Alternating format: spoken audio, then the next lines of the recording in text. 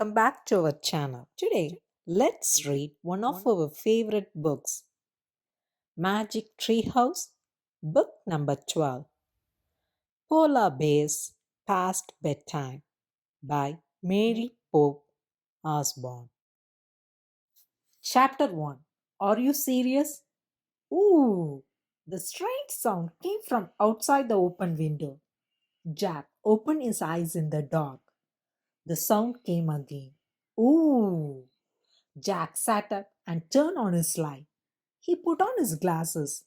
Then he grabbed the flashlight from his table and shone out the window. A white snowy owl was sitting on a tree branch. Ooh, the owl said again. Its large yellow eyes looked right into Jack's. What does he want? Jack wondered. Is he a sign like the rabbit and gazelle? A long-legged rabbit and gazelle had led Jack and Annie to the magic tree house for their last two adventures. Ooh, Wait a second. Jack said to the owl. I'll get Annie. Jack's sister, Annie, always seemed to know what birds and animals are saying. Jack jumped out of the bed and hurried to Annie's room. She was sound asleep. Jack shook her and she stirred. What? He said, Come to my room. whispered Jack. I think Morgan sent another sign. In split second, Annie was out of bed. She hurried with Jack to his room. Jack led her to the window. The snowy owl was still there. Ooh, said the owl.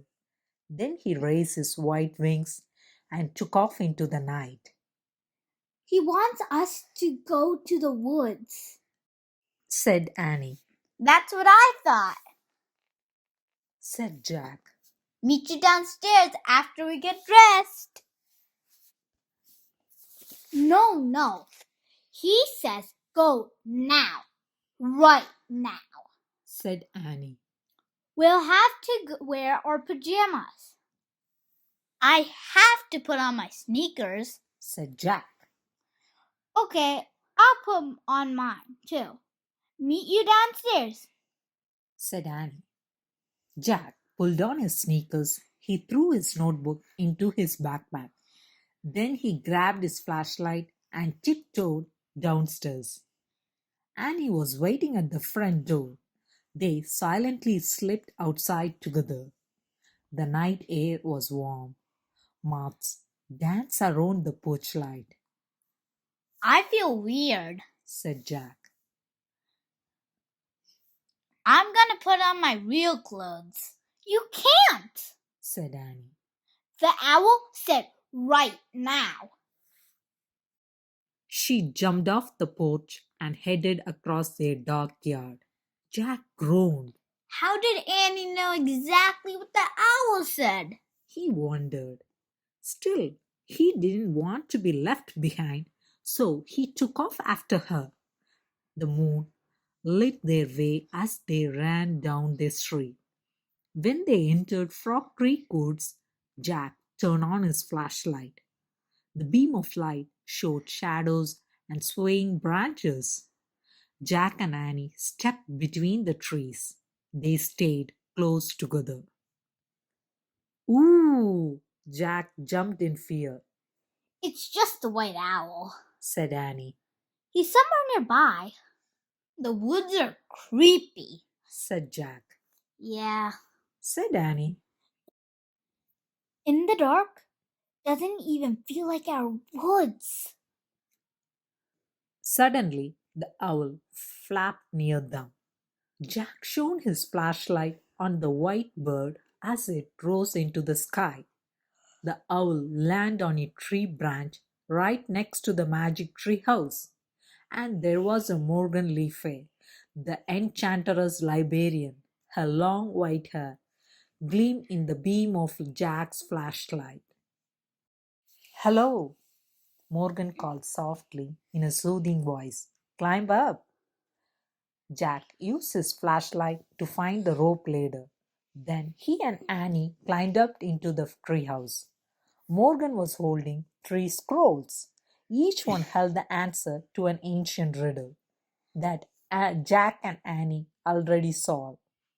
You have journeyed to the ocean, the Wild West, and Africa to find the answers to these riddles, said Morgan.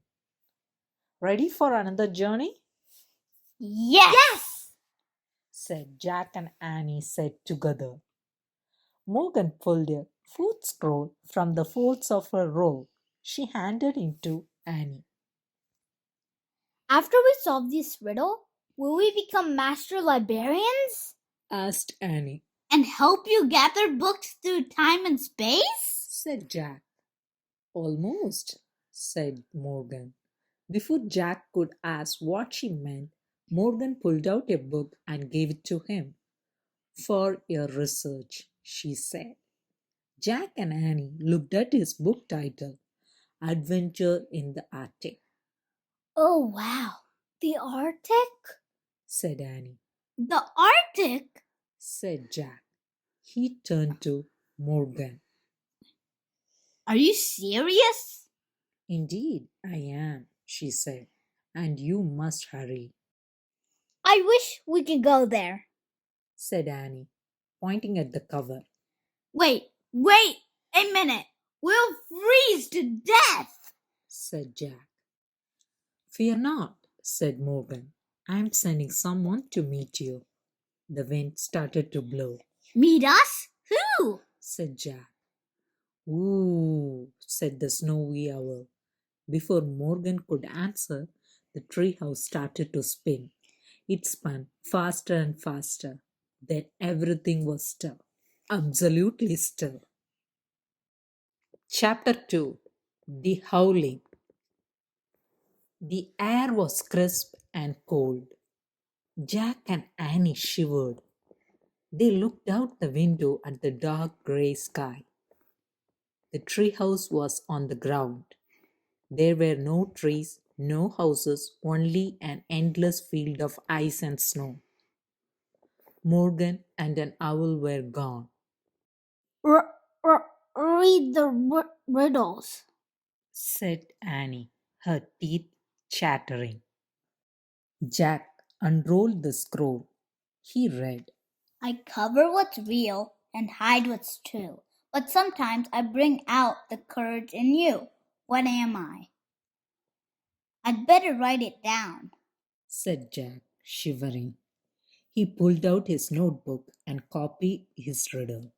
Then he opened the book. He found a picture of barren white field. He read aloud.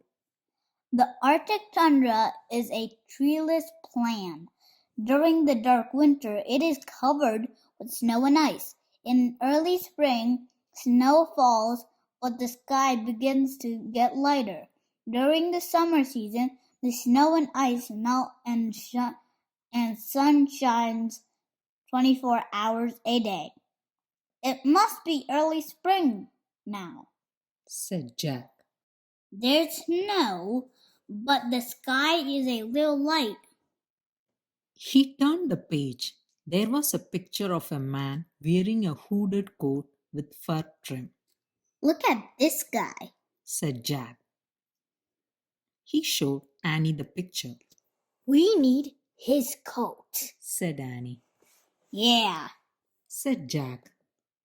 Listen to this. He read aloud. This seal hunter wears sealskin clothing to protect him from icy winds before modern times. Native people of the Arctic lived by hunting seals, caribou, polar bears, and whales. Jack took out his notebook. He wrote, The Arctic seal hunters wear seal skin. He was too cold to write any more. He clutched his backpack against his chest and blew on his fingers. He wished he were back home in bed. Morgan said someone was coming to meet us, said Annie. If they don't come soon, we'll freeze to death, said Jack. It's getting darker and colder. Shh, Listen, said Annie. A howling sound came from the distance. Then more howling sounds and more, what's that? said Jack. They looked out the window. Snow was falling now. It was hard to see. The howling grew louder. It was mixed with and yelping noises. Jack and Annie saw dark shapes coming through the snow.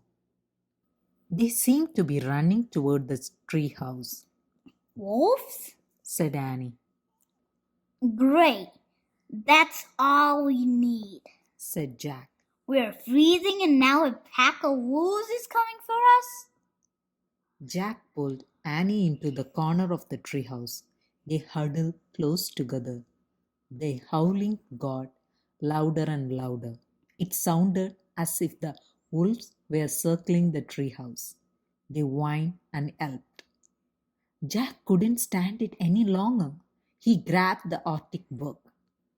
Maybe this can help us, he said. He searched for a picture of wolves. Oh, hi! Annie said. Jack looked up. He caught his breath. A man was looking through treehouse window. His face was surrounded by fur. It was the seal hunter from the Arctic book. Chapter 3. Mush, Did you come with the wolves? asked Annie. The seal hunter looked puzzled, Did Morgan send you to us? said Jack. I had a dream, the man said. You were in it. You needed help. Annie smiled. Morgan sends dreams sometimes. She said, We came in Morgan's treehouse. It flies through time. Oh, brother. thought Jack. Who will believe that? The seal hunter smiled as if he was not surprised at all, We do need help. said Jack. We're freezing. The seal hunter nodded. Then he left the window. He returned a moment later with two small parkas like his own. They were made of heavy dog skins with fur trimmed hoods. He passed one to Jack and one to Annie. Thanks. Said Jack and Annie. They put the parkas on, Hooray. said Annie. It's warm. Yeah. Said Jack. They're made of sealskin. Poor seals. Said Annie. Don't think about that. Said Jack. He pulled his hood up.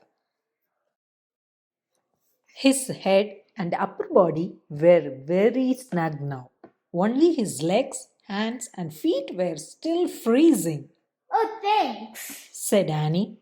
Jack looked up. The seal hunter was giving Annie a pair of fur pants.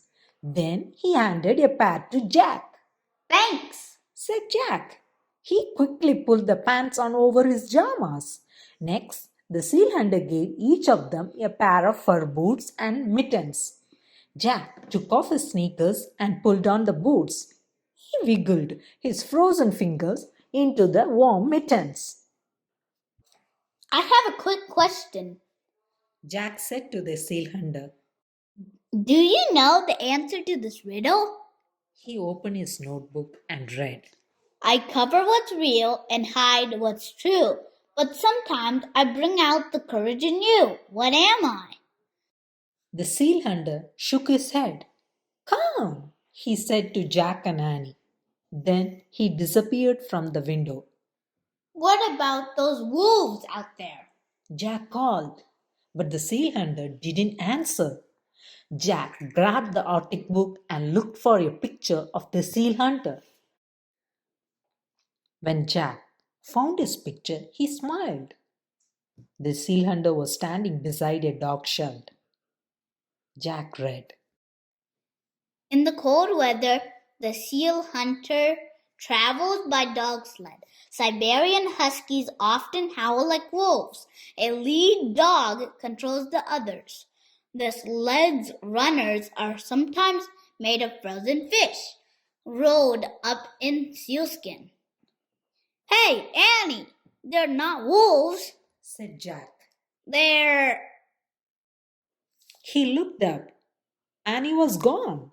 Jack threw the book and notebook into his pack.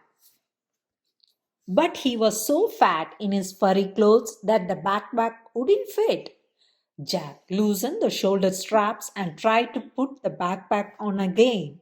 It fit. Jack looked at the small window. That would be tight fit too. He went out head first and barely squeezed through. Jack fell on the snowy ground. Snow was still drifting down.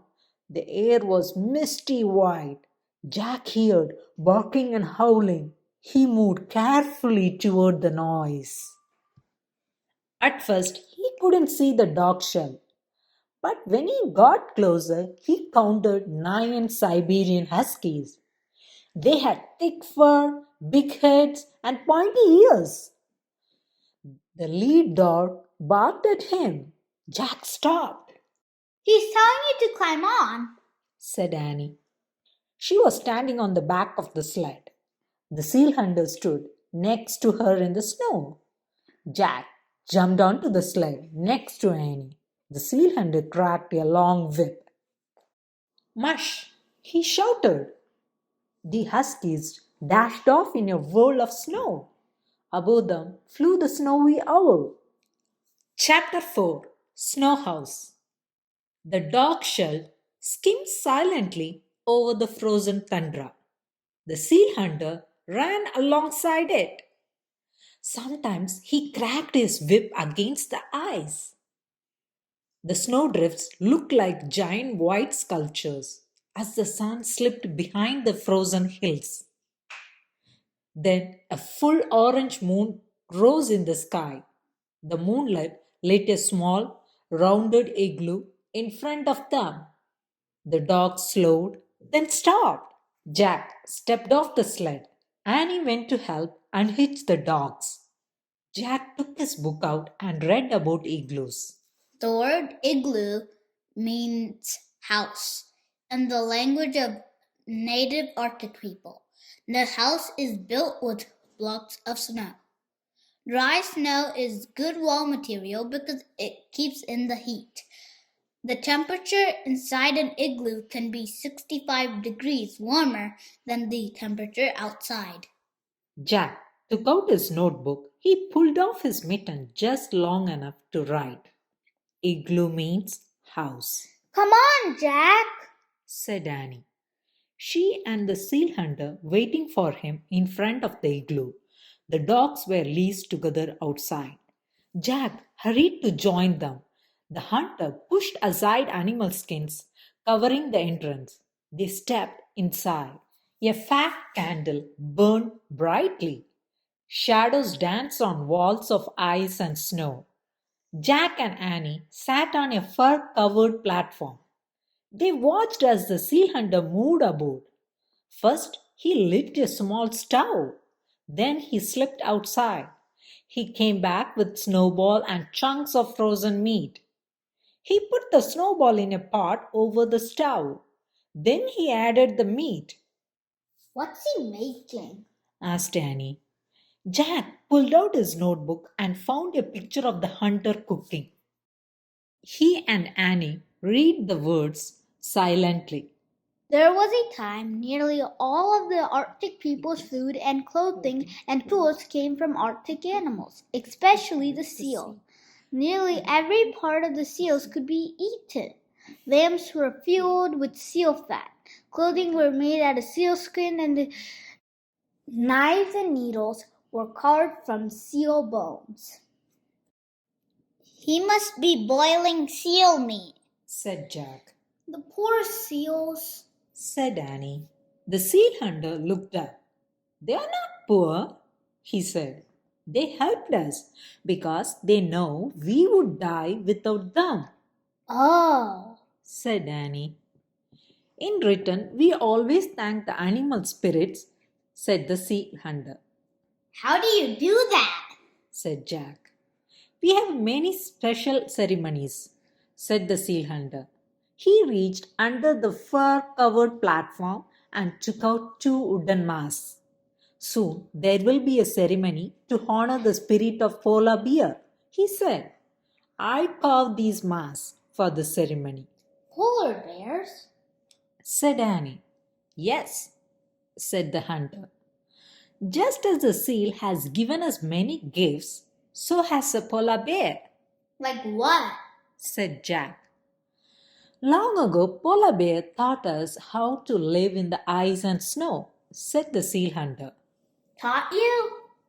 Said Jack. I mean, can you give us some facts?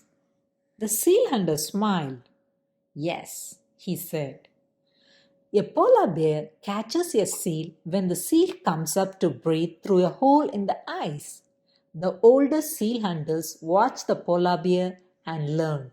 This is how my father taught me to hunt seal, as his father taught him, That's a good fact, said Jack.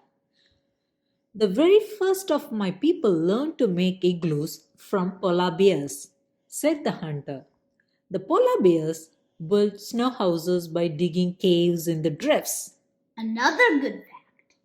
Sometimes the polar bear can even teach people to fly, said the seal hunter, That is an amazing fact. said Annie. Jack smiled. The rest sounded like true facts. He said. But I know that's pretend. The hunter just laughed, then turned back to his cooking. That's why he wasn't surprised to hear about the treehouse. Jack thought. If he believes polar bears can fly, he probably would believe anything. Seal hunter lifted the chunks of boiled seal out of his pot. He dropped them into a wooden bucket and gave it to Annie. Let's feed the dogs, he said, Oh boy! said Annie. She followed the hunter outside, swinging the bucket. Jack quickly threw his notebook and the attic book into his pack. He started to follow them. Then his gaze fell onto the two bear masks. He picked them to get a better look. Each was carved in the shape of the polar bear's face with a blunt nose and roundish ears. There were two holes for eyes and a strap to hold it on your head. Suddenly, howls split the air. The dogs were barking and growling. Annie squealed. Are the dogs attacking her? Jack wondered. Annie! Still holding the bear mask, Jack charged out of the igloo. Chapter 5. You're it! The dogs were barking wildly at two small creatures playing in the moonlight. Polar bear babies! Cried Annie. One roly-poly cub leaped onto the other. Then they both rolled through the snow. Hi, little bears! Annie called. The cubs jumped up and shook themselves like wet puppies. Then they scampered toward Annie, who rushed to greet them. Hi, hi, hi! She called. Wait, Shouted Jack. where's their mother? He looked around for the mother bear, but she was nowhere in sight, Maybe they're orphans. he thought. Jack looked back at Annie. She was wrestling with the little bears in the snow. She was laughing so hard that she couldn't stand. Jack started laughing too. He carefully put the bear mask into his pack. Then he ran to join Annie. She was running with the cubs across the snowy tundra. One of them raced to her, tagged her, then raced away. Annie ran after the bear and tagged him back. You're it! She said. Jack and the other cub joined in. Soon Jack and Annie and the two cubs are chasing each other over the moonlit snow. They ran until the two cubs fell down ahead of them. The cubs lay perfectly still. Panting, Jack and Annie stared at them.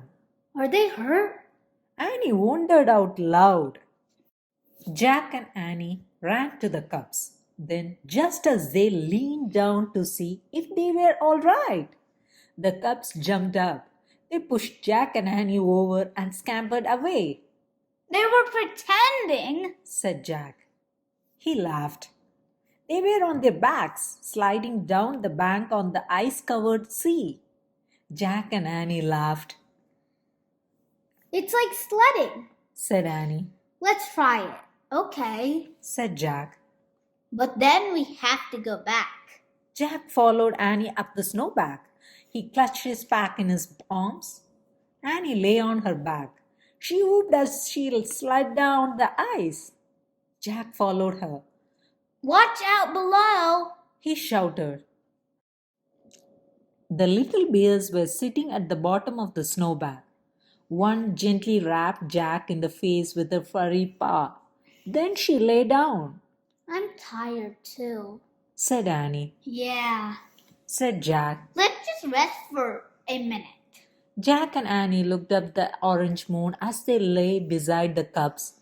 All they could hear was the wind and the soft breathing of the cubs. It was. Said Jack.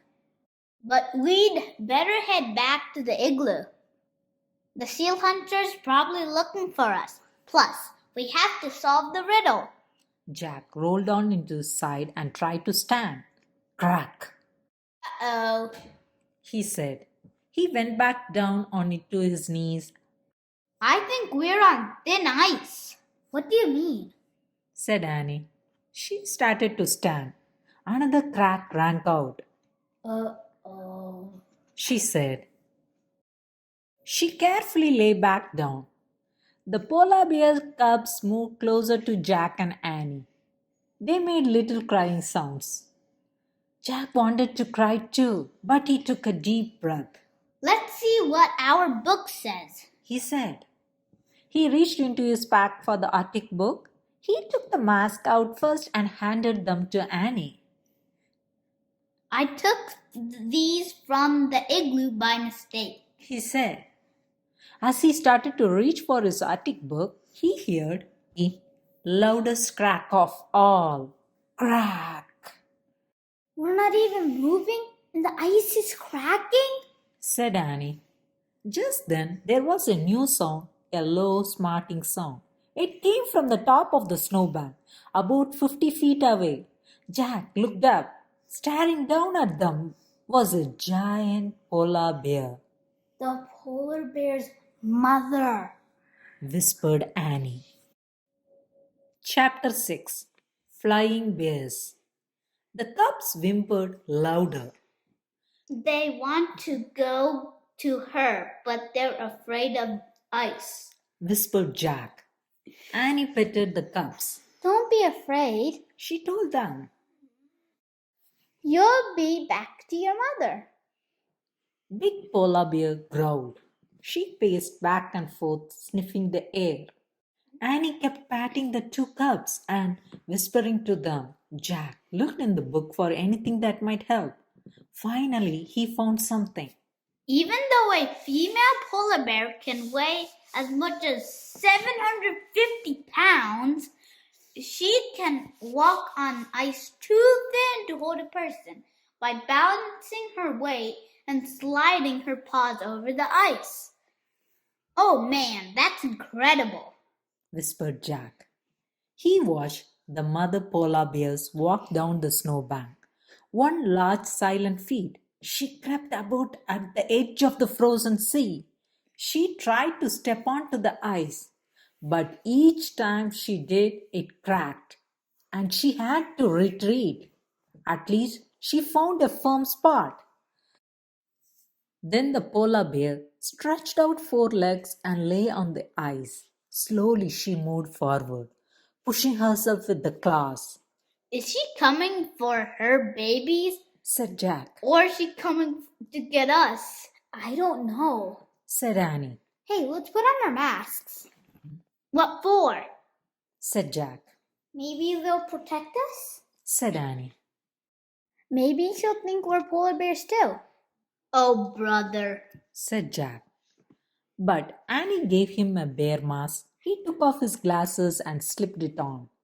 Jack peered through the mask holes. It was hard to see the huge white bear sliding over the frozen sea. He squinted. That helped. The polar bear looked at her cubs and let out a deep moan. The two little bears carefully went to their mother. She licked the cubs and touched her nose against each of theirs. Then they crawled onto her back, They're safe now. said Jack. Even if the mother breaks through the ice, she can swim with them to the shore. Yeah, I wish she wouldn't leave us behind, Said Annie. The mother bear slowly turned her body around. Then she pushed off with her hind legs. With her cubs on her back, she began sliding away. Let's try to move like her. Annie said. We could break through and freeze to death. Said Jack. If we just stay here, we'll freeze too, said Annie. Remember, the hunter said his people had learned from the polar bears. Jack took a deep breath. Okay, he said. Let's try it. He lay on his stomach. He spread out his arms and legs. Then he copied the bear. He pressed his mittens against the ice and pushed off, sliding his feet. Amazingly, there was no cracking sound. Grrr! He growled, and he pushed off again. Jack heard Annie sliding behind him. He kept going. He pushed and slid. He pushed again and slid again. He made the movements over and over until something happened. He didn't feel like a boy anymore. He felt like a polar bear. Jack's roll along his arms and legs were giant wings, and the moonlit sea eyes were a glassy sky. He remembered what the seal hunter had said. Polar bears can fly. Chapter 7 Spirit Lights. Jack, you can get up now, said Annie. Jack opened his eyes. Annie was standing over him. She still had her mask on. We're on safe ground, she said. Jack felt as if he had been dreaming. He looked around. They had reached the tundra at the edge of the frozen sea. The cubs were roaming in the distance, but their mother was sitting nearby, gazing at Jack and Annie. She waited to make sure we're all safe, said Annie. Jack stared at the polar bear in awe. The words of the seal hunter came back to him. Always thank the animal spirits. We should thank the animal spirits now, he said. Of course, said Annie. Jack scrambled to his feet, still wearing his bear mask. He stood before the polar bear and pressed his hands together. We thank you, he said, bowing. Yes, we thank you forever, said Annie, also bowing. We thank you beyond the moon and the stars, said Jack. And beyond the deepest sea, Annie added. Then she threw out her arms and twirled around. Jack did the same. They both danced around in the snow, honoring the bear. Finally, they stopped and bowed one last time. When they looked up, the polar bear rose up on her hind legs. He was twice as tall as Jack. She lowered her huge head as if she were bowing back to them. At that moment, the sky exploded. The night became a giant swirl of red, green, and purple lights. It looked like a genie coming out of a magic lamp. The sight took Jack's breath away. He stared in wonder as the dazzling lights lit the tundra. Is it the polar bear spirit? Annie asked in a hushed voice. As far as Jack could see, the sky and snow shimmered. Even the bear's fur shimmered in the strange light. No, it's not a spirit, said Jack. There's got to be a scientific reason. I'll find out. Shaking, he reached into his backpack and pulled out the Arctic book. He took off his bear mask and put on his glasses. By the greenish glow, Jack found a picture of the sky lights. The picture didn't come close to the real thing. He read aloud. One of the most amazing sights in the Arctic is the northern lights. The swirl of light is caused by electricity charged by particles from the sun striking atoms and molecules in the Earth's atmosphere. See, there is a scientific reason, said Jack. It's not spirits. Then suddenly all the dancing lights were gone, as if someone had blown out a candle. The magic had ended. Chapter 8 Riddle Solved. Now only the moon shone on the snow. Jack looked around for the polar bear. She was gone. Where did she go? Asked Annie. I don't know, said Jack. He looked over the tundra. There was no sign of the giant bear or her cubs. Maybe she's not interested in scientific reasons, Jack said. Annie sighed. She took off her bear mask and handed it to Jack. He put both their masks in his pack. Now what? Asked Annie. They looked around. The vast fields of snow ended in darkness. Jack had no idea where they were. He shrugged. I guess we just have to walk and hope for the best. Wait, listen, said Annie. From the distance came howling sounds. They grew louder and louder. Yay, we don't have to wait long, said Annie. The huskies are coming. Howling filled the night as the dog sled came into view. The seal hunter was running beside it. We're here, over here, called Jack. He ran toward the sled. Annie followed. I was afraid you were last, said the seal hunter. We were, said Annie. And we got stuck in the ice, but a polar bear helped us. Yeah, said Jack. And we wore your masks, and they made us feel like bears. Yeah, the mask made us feel brave, said Annie. She caught her breath. Oh man, wait, said Jack. Annie's words sounded familiar. He took out his notebook and read Morgan's riddle aloud. I cover what's real and hide what's true, but sometimes I bring out the courage in you. What am I? A mask! Jack and Annie said together. The seal hunter smiled. You knew, said Annie. It was for you to discover, said the seal hunter, not me. Jack pulled the bear mask out of his backpack. Here, he said. Thanks a lot. The hunter took the mask and put them inside his parka. We can go home now, said Jack. Do you mind taking us back to the treehouse? Said Annie. The seal hunter shook his head. Climb on, he said. Jack and Annie climbed onto the dark shell.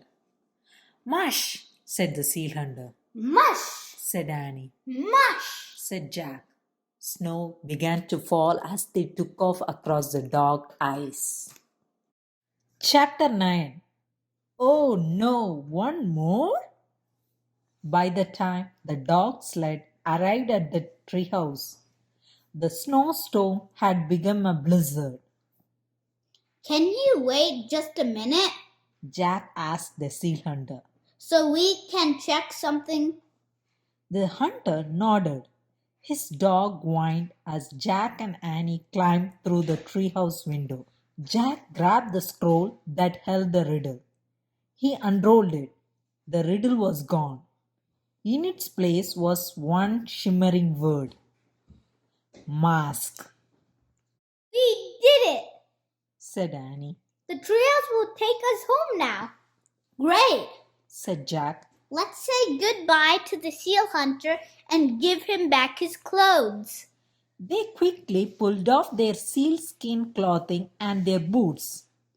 Thanks for letting us borrow these, Jack called through the window. The seal hunter walked to the treehouse and took the clothes from Jack and Annie. They stood shivering in their jamas and bare feet, Thank you for everything. said Annie, her teeth chattering. The seal hunter gave them a wave. Then he walked through the swirling snow to his sled. Mash! He shouted. The dog took off through the stormy night, Let's get out of here said Jack. He hugged himself. before we freeze to death. Annie grabbed the Pennsylvania book that always took them home. She pointed to a picture of the Frog Creek Woods. I wish we could go there. She said. They waited for the treehouse to start spinning. Nothing happened. Jack shivered. I wish we could go there. Annie said again.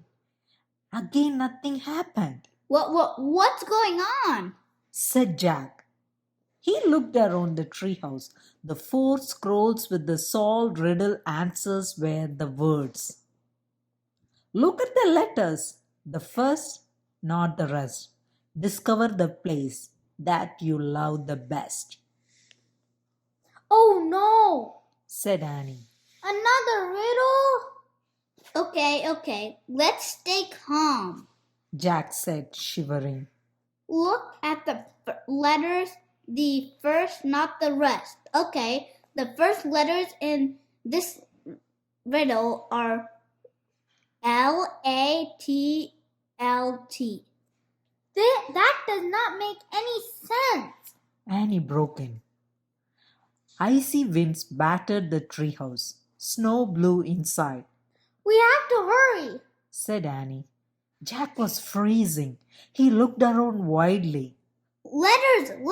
What letters? He said. His gaze rested on the scrolls in the corner.